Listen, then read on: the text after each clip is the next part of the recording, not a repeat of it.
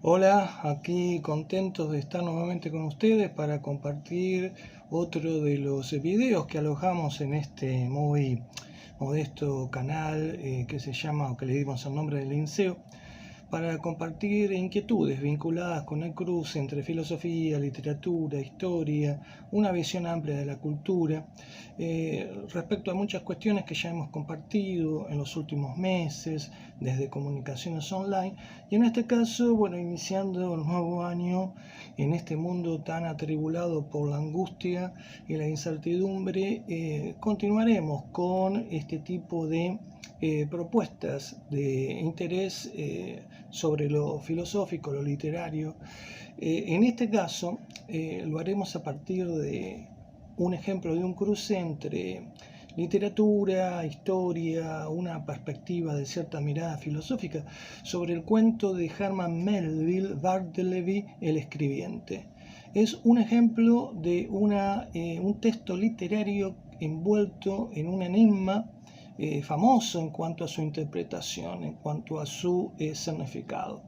Para acercarnos al enigma de Bartleby, debemos quizás primero traer a escena al autor, el fundamental escritor de la literatura norteamericana del siglo XIX, Herman Melville, el autor, como ustedes saben, de Moby Dick, una obra cuya intensidad literaria y filosófica será motivo quizás de algún video específico en el futuro. Moby Dick es del año 1951.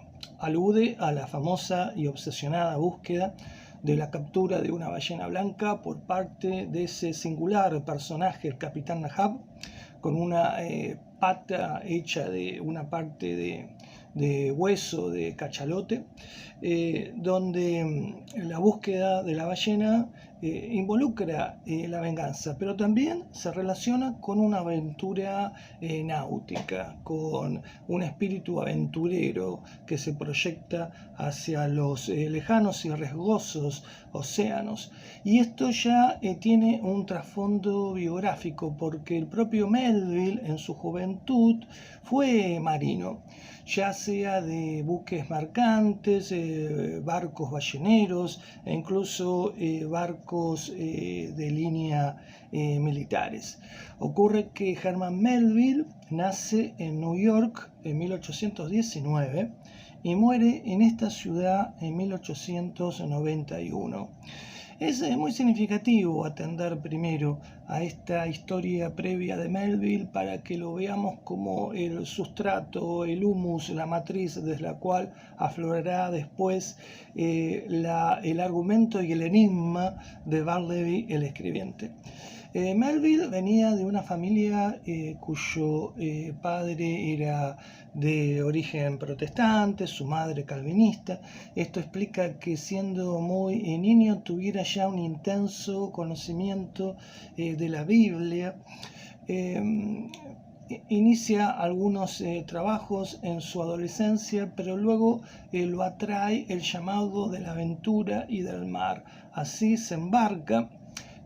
Queda recalado en unas islas del Mar del Sur, del Océano Pacífico, y ahí se da una de las primeras experiencias personales que después convertirá en parte de su escritura. Convive en una isla en la cual queda varado con una tribu de caníbales que le cuidan una herida y luego lo venden a un barco ballenero que llega, y así Melville tiene un conocimiento directo de los asuntos de la búsqueda y de la caza de las ballenas, que era parte de una industria proveedora de aceite y de muchos otros materiales muy importantes en el siglo XIX. Melville pasa por situaciones incluso de amotinamientos, sublevaciones en el mar. Vuelve luego de casi 20 años en un buque de línea a Boston, y al radicarse nuevamente en tierra firme, advierte el gran interés por la literatura de viajes, por aquellos escritos sobre historias de viajeros. Entonces decide iniciarse en la escritura y así escribe unas primeras novelas que bajo su aspecto de ficción a veces están básicamente alimentadas por el recuerdo de sus viajes. Publica una primera novela, Taipi, donde recuerda aquel encuentro con los caníbales. Tiene una aceptación importante por el público y por la crítica. Esto lo anima a continuar con ese tipo de escritura. Entonces después escribe otra novela donde un aspecto ficcional y alegórico cobra mayor fuerza, llamada Mardi, y en este caso el viaje adquiere un carácter de aventura filosófica.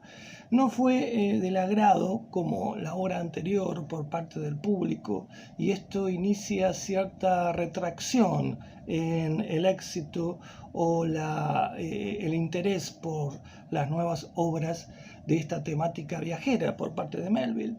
Y es en 1850 donde avisora esa idea esencial de la captura de una ballena blanca como parte de una novela de grandes ambiciones épicas y alegóricas. Así nace Moby Dick, en parte bajo la gran influencia del vínculo literario de Melville con Nathaniel Hawthorne, el autor de La Letra Escarlata, un personaje envuelto en un halo de gran prestigio literario, intelectual. En su tiempo, Melville profesa gran admiración por este personaje y de hecho le dedicará Moby Dick a Hawthorne, y también quizás este vínculo de admiración con este escritor es una de las motivaciones al propio estilo de Moby Dick, que se caracteriza por un verbo inspirado, elevado, de una poesía ambiciosa de carácter shakespeariano. El efecto de Moby Dick no fue el que esperaba su autor, es decir, fue relativamente ignorada la obra en la cual Melville tenía tantas expectativas, y esto va forjando sin ninguna duda una cuesta descendente en su práctica de la escritura, en la cual de todos modos Melville insiste, y así es que en 1853 escribe una serie de relatos, entre los cuales está, por ejemplo, Las Encantadas, inspiradas en distintas aventuras en las Islas Galápagos, Benito Sereno, y también Bartleby el Escribiente, que luego serán recopiladas en una publicación bajo el nombre de Piezas Tales.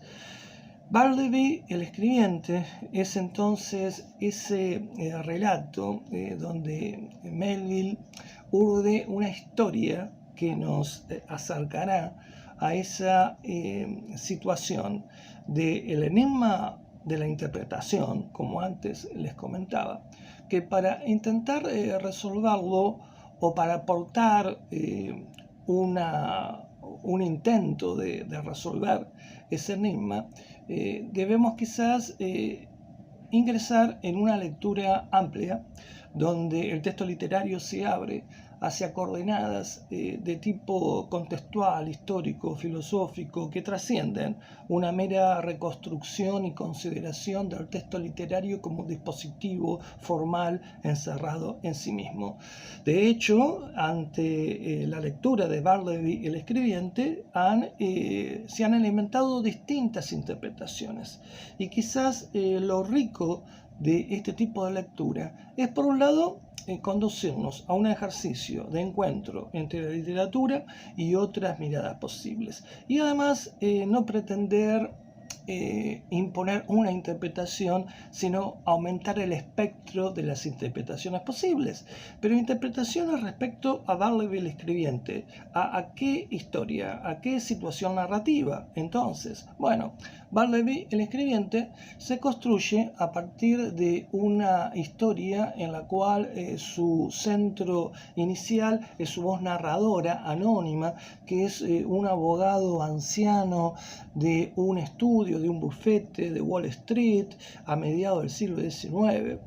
Este personaje que está próximo a su jubilación para dirimir su trabajo cotidiano en el bufete, contrata a distintos copistas, empleados, abocados a transcribir documentos jurídicos, y cuando advierte que el trabajo desborda a su equipo, decide contratar a un nuevo escribiente y copista. Ahí es cuando el narrador se encontrará con este personaje de un aspecto un tanto apagado, melancólico, distante, que es Bartleby el escribiente.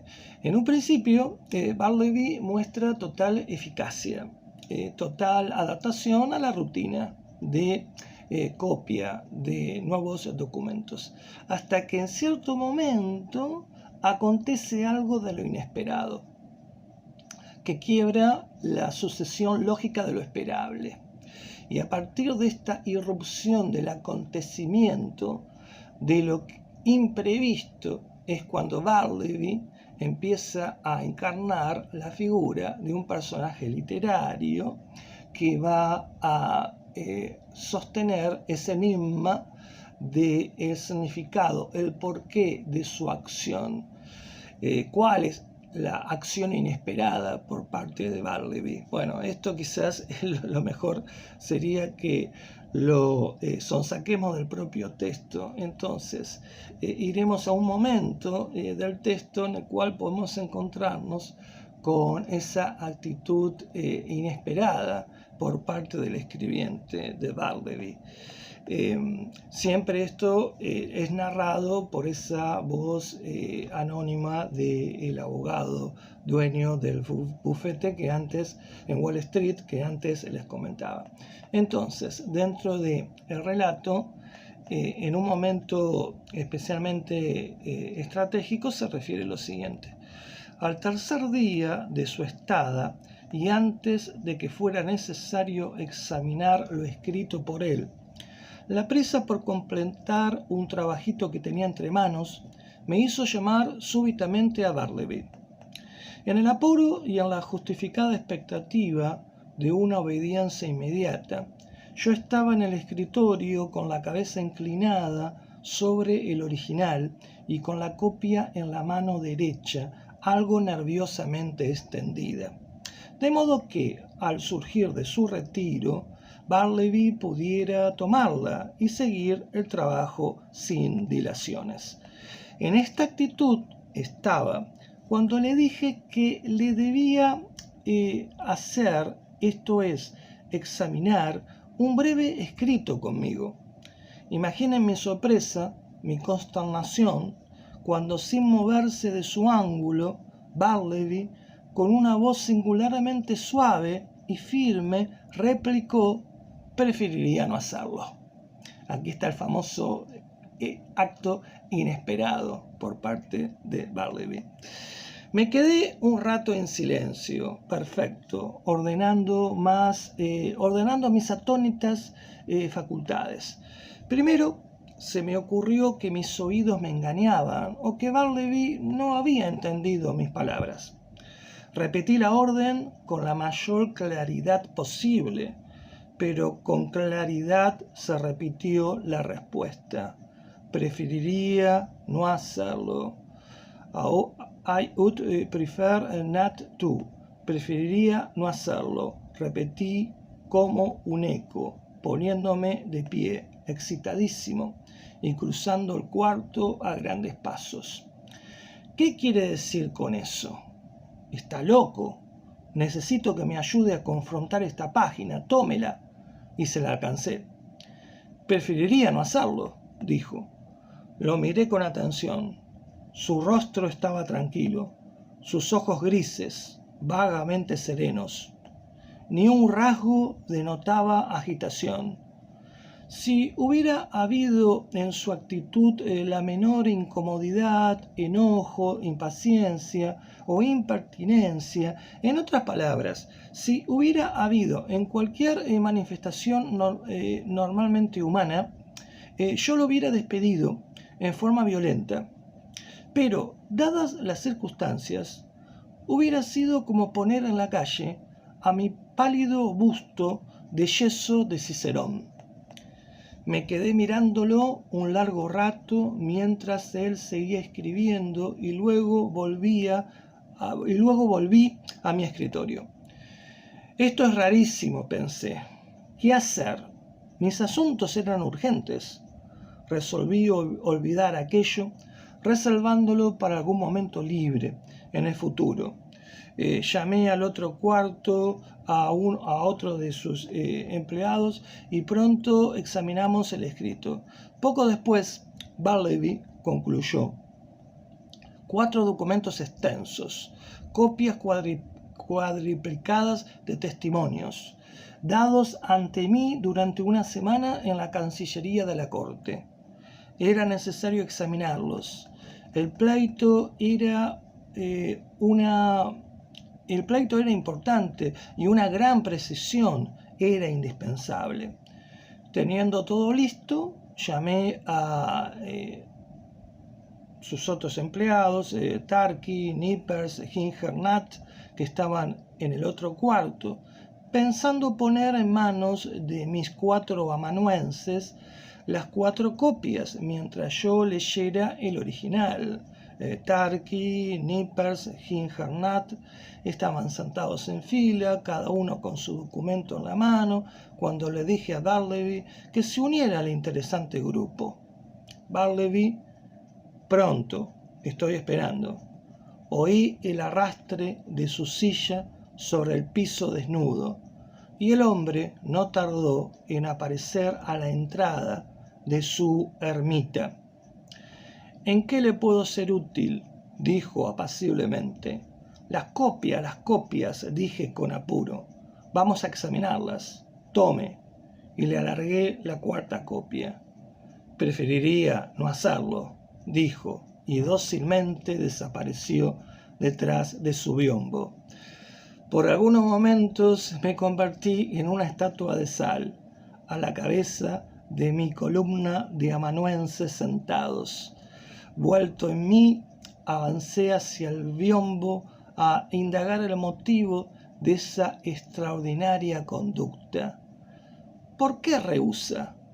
Preferiría no hacerlo. Con cualquier otro hombre me hubiera precipitado en un arranque de ira, desdeñando explicaciones, y lo hubiera arrojado ignominiosamente de mi vista. Pero ahora había algo en Bartleby que no solo me desarmaba singularmente, sino que de manera maravillosa me conmovía y desconcertaba. Me puse a razonar con él. Son sus propias copias las que estamos por confrontar. Esto le ahorrará trabajo, pues un examen bastará para sus 4 copias. Es la costumbre. Todas las copias están obligadas a todos los copistas están obligados a examinar su copia. ¿No es así? ¿No quiere hablar? Conteste. Preferiría no hacerlo, replicó melodiosamente. Me pareció que mientras me dirigía a él, consideraba con cuidado cada asalto mío, que comprendía por entero el significado, que no podía contradecir la irresistible conclusión. Pero al mismo tiempo, alguna suprema consideración lo inducía a contestar de ese modo. ¿Está resuelto entonces a no acceder a mi solicitud hecha de acuerdo con la costumbre y el sentido común? Brevemente me dio a entender que en ese punto mi juicio era exacto. Sí, su decisión era irrevocable. El porqué de la irrevocable decisión de Barleby de no asimilarse a la rutina de trabajo, a los pedidos de nuevas copias por parte de su empleador. El porqué de su negativa, su inacción, el porqué de su célebre preferiría no hacerlo. Ahí está el hecho entonces inesperado, ese acontecimiento dentro del texto literario que rompe con la linealidad lógica de lo esperable y que instaura entonces la sustancia de eso que antes presentábamos como un enigma literario, un enigma respecto a la interpretación o al significado. Y ocurre que textos literarios de alta inteligencia artística se caracterizan justamente por dejar indefinido un significado que retrospectivamente le dé coherencia y transparencia a todo un devenir narrativo. Un caso equivalente quizás a esta dinámica de enigma literario por parte de Barleby, que ahora intentaremos brevemente desentrañar o quizás ordenar esa posible constelación de respuestas a el enigma del significado, del preferiría no hacerlo. Christopher Stern es un catedrático de la Universidad de Columbia, Nueva York, que propone una interpretación de Barleby, el escribiente, a través de la mediación de la literatura del siglo XIX, de la obra de Emerson, un personaje pensador, ensayista de gran caladura en su influencia en el tiempo de Melville. Emerson es el portaestandarte de un movimiento, el trascendentalismo, que es algo así como romanticismo norteamericano, que recoge fuertemente las influencias del romanticismo europeo y también de la metafísica filosófica alemana. Emerson, en un ensayo, el trascendentalista, brega por la actitud de la introspección, de la soledad, como una forma de proyección a una idealidad, a un mundo espiritual, a una elevación mental que permite un alejamiento, una liberación del peso o del mundo físico. Por lo tanto, la actitud de rechazo de Barleby significaría una negación de la solicitación, de la atención que reclama, de la obediencia que reclama el mundo físico, práctico, cotidiano, de los menesteres, de la industria, del comercio, ya de un mundo capitalista avanzado que requiere que el individuo se sumerja plenamente en el mundo de lo físico inmediato, de modo tal que la actitud de Barleby sería un rechazo de ese mundo de la acción, de ese mundo de la absorción de lo físico, para, desde su diferencia, su soledad, su preferida no hacerlo, abocarse a la búsqueda de sí mismo en una dimensión de soledad. Hay otros que han encontrado el posible significado de esta interpretación o esta actitud de Barleby en un antecedente del absurdismo tipo Kafka. Esta era la postura de Albert Camus, del gran ensayista existencialista, compañero de ruta, aunque con sus desavenencias, de Jean-Paul Sartre y también de Ionesco, el autor del extranjero.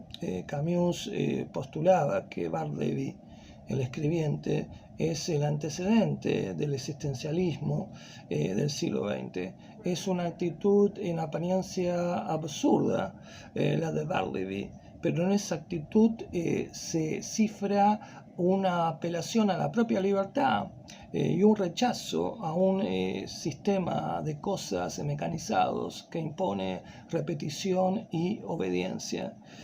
Otra forma de acercarse a el mundo del enigma literario de Barleby viene de la mano también de Deleuze, el gran filósofo francés vinculado con el esquizoanálisis y con sus lecturas originales de del empirismo de Hume o de Spinoza, o su idea sobre el arte como un bloque de sensaciones, Deleuze, por todos conocido, postulaba que la actitud de rechazo a la obediencia por parte de Bartleby era un rechazo, como muchos otros sugieren también, de conjunto a el orden industrializado, mecanizado de Estados Unidos de ese entonces, como exponente máximo de una estandarización capitalista de la vida,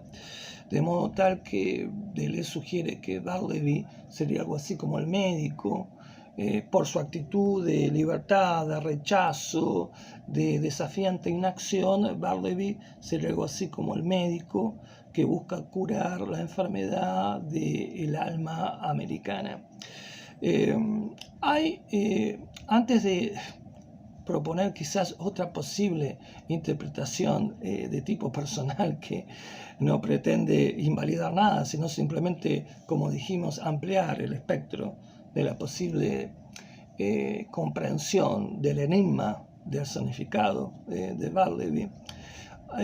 Hay un indicio por parte del narrador anónimo, aquel abogado en el relato, sobre el final ya del relato, que siempre por la crítica es ponderado como un elemento especialmente significativo para mejor intuir o descifrar el significado escondido de la actitud de rechazo, de desobediencia por parte de Bartleby. Cuando el abogado asume que su actitud de rechazo a lo que se le pide no va a variar, es justamente una decisión irrevocable, se traslada con sus otros amanuenses a otro estudio, pero Bartleby se niega a abandonar este lugar, sigue en él hasta que vienen los nuevos locatarios que hacen una denuncia a la policía. Entonces Bartleby es finalmente encarcelado en una prisión del sur de Manhattan por el cargo de vagancia, se niega a comer y finalmente muere por inanición. Y sobre las líneas finales del relato se introduce ese otro elemento, señal de una posible significación escondida que quizás el propio escritor quiso interpolar dentro del texto. Se alude que antes de haber trabajado como copista en el bufete del abogado, el narrador anónimo, Bartleby había trabajado en una oficina de correo de correspondencia que no llegaba a su destino, de cartas muertas que existía en Washington. Por lo cual esto abre otra línea de interpretación por la cual algunos suponen que el efecto desolador de haber leído cartas de un alto contenido humano que no llegaron a su destino quizás pudo haber afectado a Bartleby y inundarlo con una visión amarga, desesperada, escéptica, nihilista de la existencia, que después finalmente se cristalizó en esa actitud simbólica de esta visión amarga de la vida, que es preferiría no hacerlo. Pero quizás otra variante para extender el rango de posibles lecturas del enigma literario, un enigma literario filosófico, quizás podríamos postular respecto a Bartleby, el escribiente, suponga una hermenéutica amplia que introduce no solo la importancia del texto en sí mismo considerado, sino de un contexto más amplio respecto al autor y a cierta concepción de mundo transmitida por el autor antes de la escritura de Bartleby, el escribiente. Porque ocurre que Moby Dick, en su carácter de epopeya alegórica y con otros posibles significados filosóficos que en algún momento intentaremos considerar y compartir aquí, En Moby Dick el impacto de aquel movimiento trascendentalista impulsado, propagado por Emerson, como antes comentábamos, es muy importante. En Moby Dick hay una concepción de vida vinculada con el valor de la aventura. La aventura como un vehículo hacia la realización de una significación decisiva en la vida. Solo por vivir en la aventura podemos llegar a aquello que justifica o alcanza un posible símbolo que le da un pleno significado a la existencia. La aventura del capitán Ahab en ese relato de Ismael en Moby Dick, la aventura como una forma de conquistar un símbolo, Moby Dick, la aventura que conquista símbolos como una forma de dar significado a la propia existencia, y la aventura, en el caso de Melville, se asocia con una concepción de vida en la cual la búsqueda de ese sentido supone la apertura por parte del humano al riesgo, a lo imprevisible, a un sentido de coraje ante lo no desconocido, una mayor proximidad con la posibilidad cercana de la muerte. Es decir, la aventura en el mar supone esas cualidades de valor, de amor por lo inesperado, por lo incierto, que son partes componentes de la propia aventura. La aventura, en esa significación de modo hacia la realización de la vida, es algo que se lo puede encontrar de forma sincrónica en el tiempo, en la segunda mitad del siglo XIX, y desde otras coordenadas, pero con cierta coincidencia. Por ejemplo, en Nietzsche, cuando justamente Zaratustra, su personaje fundamental, encuentra en los marinos, en su sentido de arrojo, de audacia, de aventura para atravesar los mares, encuentra personajes que pueden ser precursores de esa figura del superhombre como una forma de realización superior de lo humano que se postula en la visión nietzscheana. Por lo tanto, la aventura en la obra de Melville, quizás en su propia concepción de mundo, supone un nomadismo, un continuo movimiento hacia lo incierto, hacia lo inseguro. Cuando la aventura se frustra, cuando la aventura, en lugar de convertirse en un medio para conquistar símbolos, logros, descubrimientos que permitan darle una significación a la vida, cuando la aventura no alcanza esos símbolos, esos descubrimientos, cuando se trunca, es cuando el marino es vencido por el mar. En la situación de Moby Dick, cuando la ballena blanca hunde al Pequod, o cuando muchos marinos concluyen sus aventuras en el naufragio, o en una supervivencia amarga en un exiguo bote que en su pequeñez se mece, rodeado por la inmensidad hostil y desafiante del océano, y que en algunos casos ya sin alimento deben empezar a comerse entre ellos mismos, entregarse a la antropofagia. Por lo tanto, la aventura como concepción de mundo tiene su posible fracaso en la experiencia del naufragio. Y esta relación de aventura, promesa de realización de una vida con pleno sentido, hacia el naufragio como fracaso de la aventura, es quizás un proceso de la obra y quizás de la concepción del mundo del propio Melville, que es ese antecedente, ese contexto previo para una lectura quizás de otro tipo respecto a Bartleby, el escribiente. Cuando Bartleby entonces manifiesta su famoso preferiría no hacerlo, quizás en su rechazo a ese orden de rutinas esperables, a ese orden mecánico de una existencia moderna, utilitaria, con su preferiría no hacerlo, quizás entonces Bartleby está proclamando el derecho a una desobediencia, una inacción que reivindica la nostalgia de la aventura perdida, porque la aventura es el movimiento, es el enfrentarse cotidianamente a lo inesperado, a la posibilidad de lo incierto, la convivencia con el peligro, la audacia, el coraje que supone la aventura.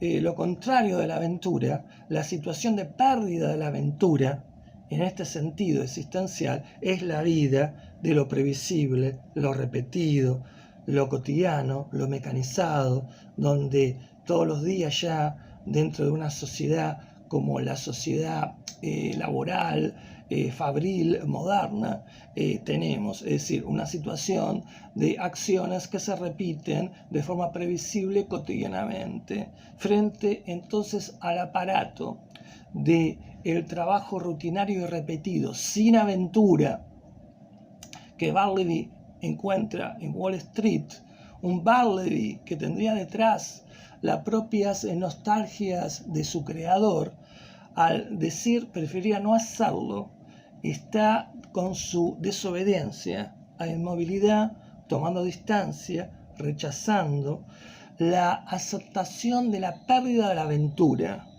como rasgo necesario de la modernidad, de lo rutinario y mecanizado.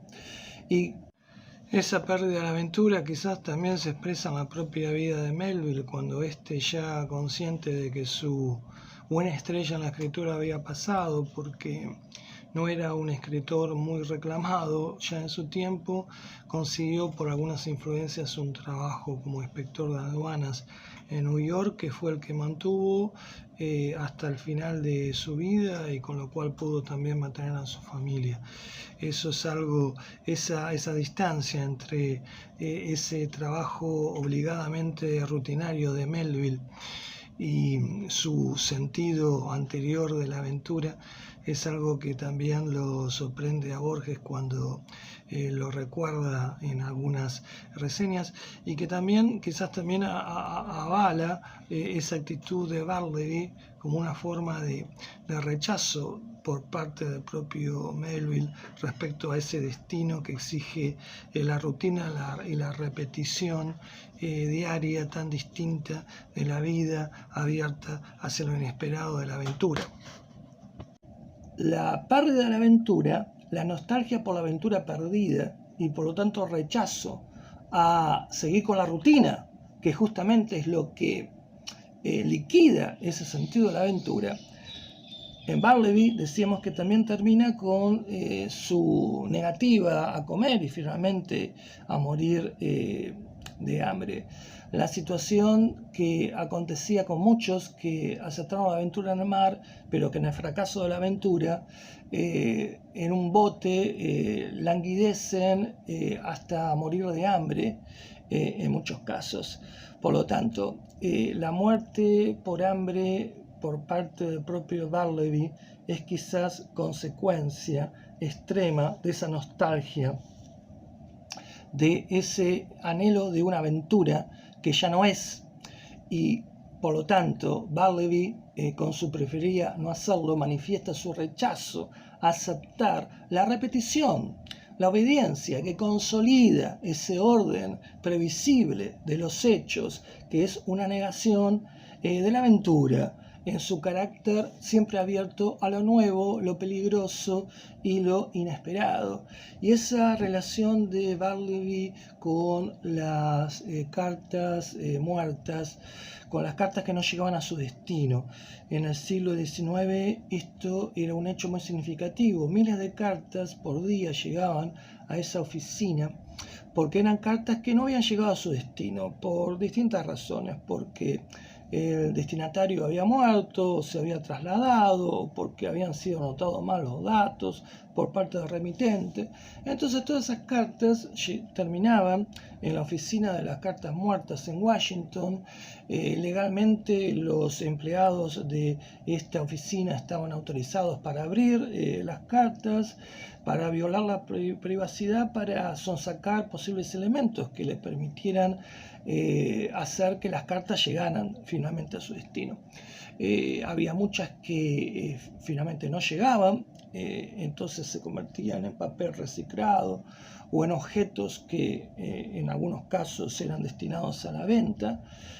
Por lo tanto, haber trabajado en una oficina de cartas que no cumplen con su viaje, no llegan a destino, es quizás un correlato de ese otro aspecto del naufragio, la disolución de la aventura en el mundo moderno. Porque la aventura, además de suponer el movimiento hacia nuevos horizontes, desde el riesgo, desde lo temerario, desde la audacia, supone la visión de mundo de la aventura, supone siempre el sentido del viaje de alguna forma consumado.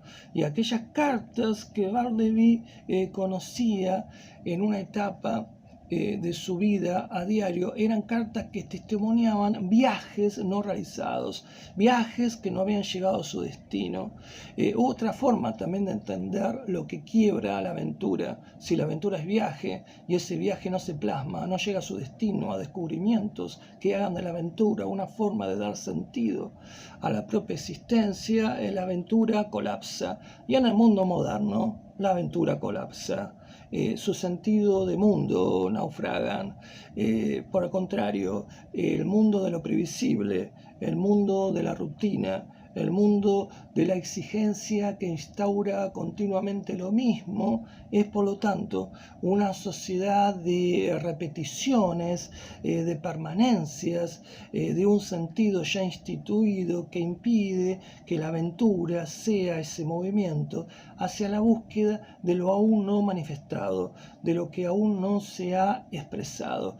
Esa dimensión de la aventura desaparece.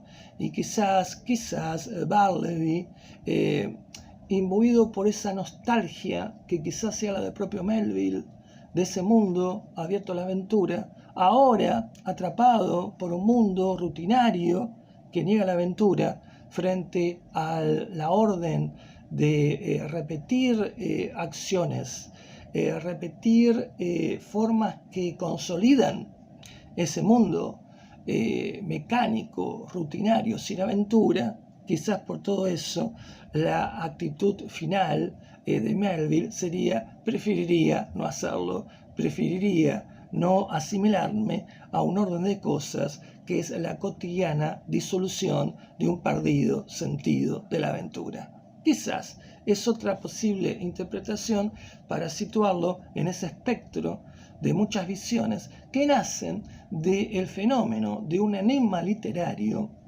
un enigma de la significación que brota del texto, el célebre texto de Melville, Bartleby, el escribiente. Y así también llegamos a lo que en definitiva también quería compartir con ustedes, que es un ejemplo de lecturas múltiples en las cuales nuestra curiosidad o interés por ampliar perspectivas culturales nos ubica en un acto literario, en el texto de Bartleby, pero a partir de una lectura que también se enriquece o se impregna de otras posibles miradas vinculadas con concepciones de mundo, con cierta perspectiva filosófica y con la resonancia de un tiempo histórico dado en el cual un texto literario, un acto creativo literario se plasma.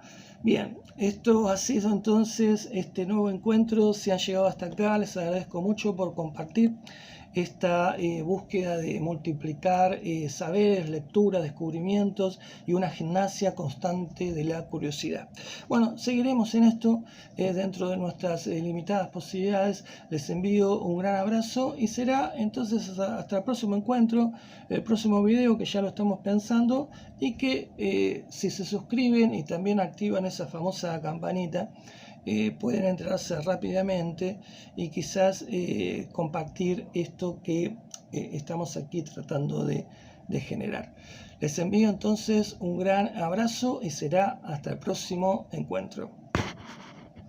Y me olvidaba decirle que la imagen que siempre apareció de fondo de este video es justamente Wall Street, donde transcurren los hechos del relato que hemos comentado a mediados del siglo XIX. Bueno, ahora sí, un abrazo. Hasta luego.